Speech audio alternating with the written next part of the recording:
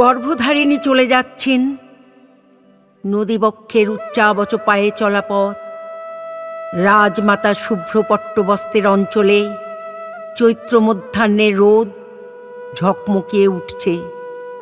এক দৃষ্টিতে সেই দিকে তাকিয়েছিলেন কর্ণ। ধীরে পদক্ষেপ করছেন মাতা। পাপবোধের পেটিকা নির্ভার হওয়ার স্বস্তি, নাকি মানস অপূরণের হতাশা? শ্লথ গতির সম্ভাব্য কারণ অনুসন্ধান করছিলেন তিনি। সহসা চিন্তাস্বর গ্রথিত হয় মস্তিষ্কে। বিদায় মুহূর্তে যেন কিছুটা আত্মগতভাবে মাতা উচ্চারণ করেছেন একটি প্রায় অপ্রসঙ্গ। পুত্রের জীবনে যদি থাকে নিয়তি নির্দিষ্ট কোনো পর্ব, সেই রক্তাক্ত স্মৃতিকে রাখতে হয় গোপনীয়তার আড়ালে। উত্তরকালে সে কেবল যন্ত্রণার আকুর। একমাত্র তার সঙ্গে তুলনা করলেই উপলব্ধ হবে জন্ম হতে তাকে দূরে ঠেলে দেওয়ার কারণ ও প্রকরণ।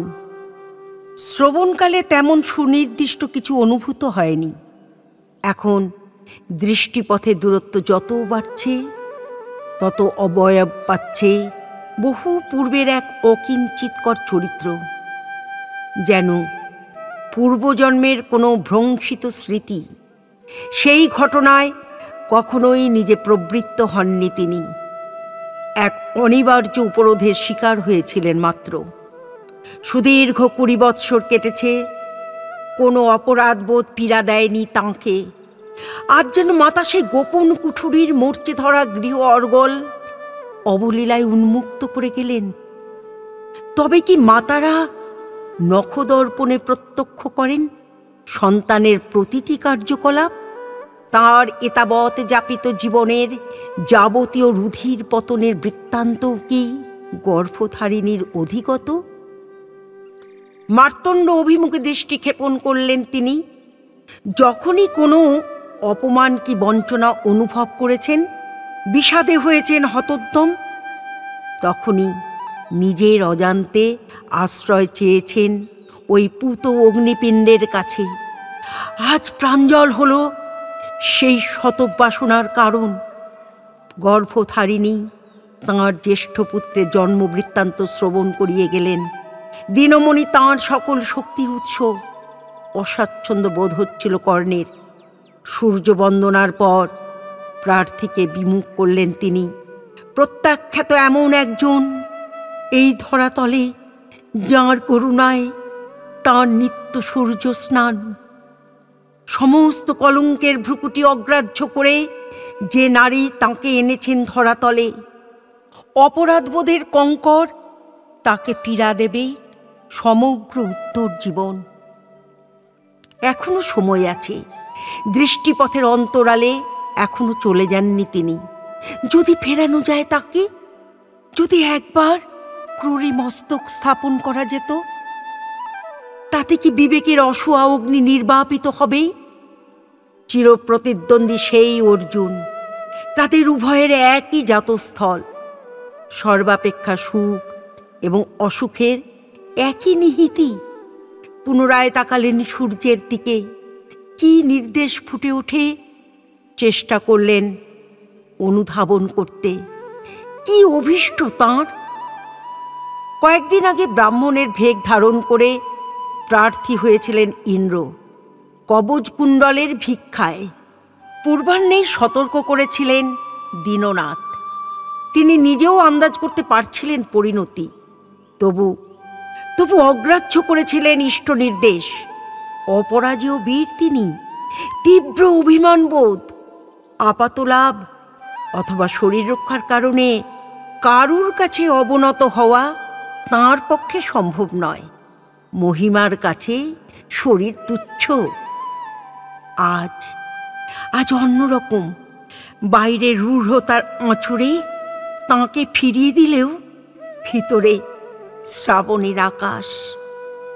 এক অর্থে আজ তাঁর জন্মদিন। সব কুহেলি কুজ্ঝটিকার অবসান আজ। সুতপুত্র নন তিনি।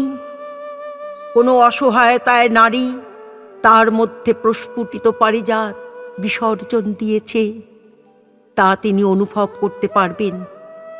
ভূমি আসনে বসেই দুই বাহু উত্তোলিত করে করতালি বাজালেন তিনি। 1, 2, 3। মেঘ নিনাদিত কণ্ঠ বয়ে নিয়ে যায় নদী তীরের বাতাস। কঙ্ক! বাতাসে ভেসে আসে, আসছি রাধেও।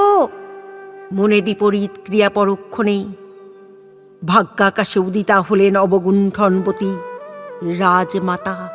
তাই বলে কি এখন হতে রাধামাতা ব্রাত্য? পুরীশ মূত্র মার্জন করে দুগ্ধপান করিয়ে দেহ সুগঠিত করে তুলেছেন। 2 হস্ত বিদ্যুৎ বেগে সরবর্ষণে পারদর্শী। সে কৃতিত্ব কি রাজৈশ্বর্যে ঢাকা পড়ে যায়?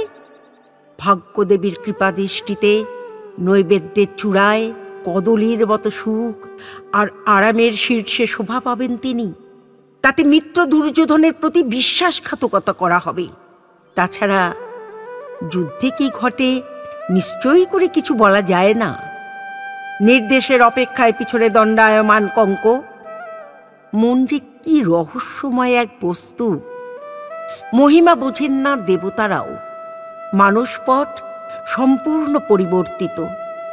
গর্ভধারিণীর সম্মুখে বলেছেন তিনি রাধেয়, সেই সত্য। নিজেই লজ্জিত হলেন কয়েক মুহূর্ত পূর্বের চিন্তনে। প্রশ্ন করলেন, দেবীর রথ কত দূরে স্থিত করা হয়েছে মিত্র? আপনার রথের সন্নিকটেই। আবার ভাবলেন এক মুহূর্ত, তাঁকে রথ অবধি পৌঁছে দিয়ে আসবেন। তাতে কোনো নীতি আদর্শের লঙ্ঘন হয় না। আরও একবার দর্শন লাভ করতে পারেন। সেই স্নেহমণ্ডিত সুবাস প্রথম জাতকের জন্য উদ্বেগাকুল আঁখি। ভিতরে শঙ্কা জাগে, তখন যদি বিহ্বলতা ছেয়ে ফেলে অন্তর্লো। তাঁর কণ্ঠ উচ্চারণ করল, রাজমাতাকে নিরুপদ্রবে রথে আরোহণ করাও। যথা আজ্ঞা রাধেয়। চলে যাচ্ছিল কঙ্ক, তাকে থামালেন কর্ণ। শোনো মিত্র, প্রবল দাবদাহে রাজমাতা শ্রান্ত, পানার্থ জল অথবা অন্য কিছু আবশ্যক হলে সংগ্রহ করে দিও। নিশ্চিন্ত হন রাধেয়। দ্রুত পদে প্রস্থান করে কঙ্ক। মাত্র কয়েকটি শব্দ সূচিমুখ প্রবিষ্ট করে ক্রমাগত বিষ চাড়িয়ে দিচ্ছে ভিতরে। ওই একরত্তি বালিকার প্রতি কোনো অন্যায় অনুষ্ঠিত হয়েছিল? সেই কলঙ্ক কি তাঁর হৃদয়ে কালিমা লেপন করেছে? অথচ সম্পূর্ণ বিস্মৃত হয়েছিলেন। বিস্ময় বোধ হলো তাঁর। তবে কি সে পূর্বজন্মের কোনো বৃত্তান্ত? ক্রমাগত রুধির নির্গত হচ্ছে। সেই কৌনি শিশুকাল হতে মধ্যাহ্নেই দীর্ঘ সময় আলোক বন্দনায় রত থাকেন তিনি। গ্রীষ্ম, শরৎ, হেমন্ত, কই কখনো তো রুধির সিক্ত হন না। তবে কি এরই নাম পাপ? সুপ্ত ছিল শীত ঘুমে। আবার তিনি ঊর্ধ্বমুখ, স্থির নিবদ্ধ দৃষ্টি মার্তণ্ড পানে। যে কোনো আনন্দ অথবা বেদনা তিনি অর্পণ করেন জীবন দেবতার কাছে। আলো এবং উত্তাপ দুয়েরই উৎস তিনি।